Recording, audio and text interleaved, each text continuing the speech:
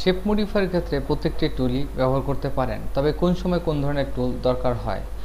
এরপর আসুন আমাদের যেটা রয়েছে টুরেল টুল বা TWIRL, টুরেল বা টুইলাইট সামথিং।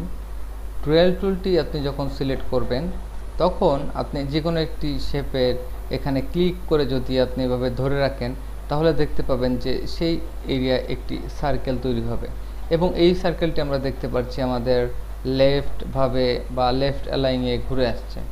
তো এটি কিভাবে আপনি আপনার রাইট অ্যালাইন হিসেবে নিতে পারেন।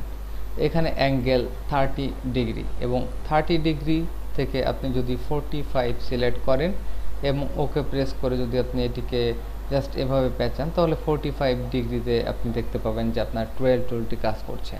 তো আরও কিছু বিষয় রয়েছে, আপনি আরেকটি শেপ এখানে তৈরি করতে পারেন, এবং আপনি জাস্ট এখানে যখন ক্লিক করবেন তখন দেখবেন যে শেপটি ঠিক সেন্টার থেকে এভাবে ট্রায়ালের মাধ্যমে আপনি জাস্ট সুন্দরভাবে এটিকে মুড়িয়ে নিতে পারেন। এখন আমাদের অন্য যে অপশনগুলো রয়েছে, বিশেষ করে আপনি এখান থেকে জাস্ট ডবল ক্লিক করলেন, ডবল ক্লিক করার পর ইন্টেন্সিটি এখান থেকে বাড়িয়ে কমিয়ে নিতে পারেন।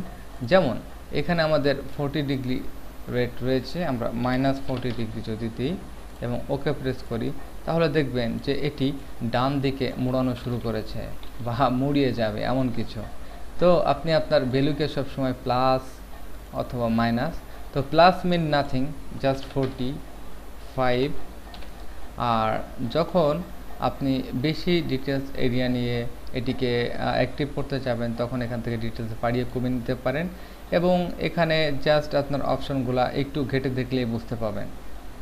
এখানে ইউজ প্রেসার পেন, মানে আপনি যদি ওয়েকাম ট্যাবলেট ইউজ করেন তাহলে এখান থেকে ইউজ প্রেসার পেন সিলেক্ট করতে পারেন। তখন আপনার ওয়েকাম ট্যাবলেটটি এই অবজেক্টের বিশেষ করে প্রেসার সেন্সিটিভিটি অ্যাক্টিভ থাকবে। তখন আপনি যদি অনেক জোরে ক্লিক করেন তাহলে অনেক বেশি এরিয়া জুড়ে এভাবে আপনি ট্রেল করতে পারবেন, এবং আপনি যদি খুব সফট টাচ করেন আপনার বিশেষ করে পেন এবং গ্রাফিক্স ট্যাবলেটের উপর, তারপর দেখতে পাবেন যে আপনি এটি অনেক সফট বা আস্তে আস্তে করে এটিকে ট্রেল করতে পারবেন। তো আমরা এখানে দেখলাম যে কিভাবে ট্রেল টুল আমাদের লেফট এবং রাইটভাবে এটিকে রোটেশন উইথ যেটাকে বলে যে শেপ মডিফিকেশনের কাজ করে থাকে। এরপর রয়েছে আমাদের পাকার টুল। আসুন নেক্সট ক্লিপে আমরা দেখব যে কিভাবে আমাদের পাকার টুল কাজ করে। তবে অবশ্যই আপনার ডবল ক্লিক করার পর যদি কোনো ধরনের মডিফাই করার দরকার হয় অবশ্যই এখান থেকে মডিফাই করতে পারবেন। তো আমি মনে করি ডিফল্ট অবস্থায় অনেকে ব্যবহার করে থাকেন, যারা অ্যাডোব ইলাস্ট্রেটরের অ্যাডভান্স ইউজার তারা অবশ্যই এখান থেকে ডবল ক্লিক করে মডিফাই করে নিয়ে নিতে পারেন।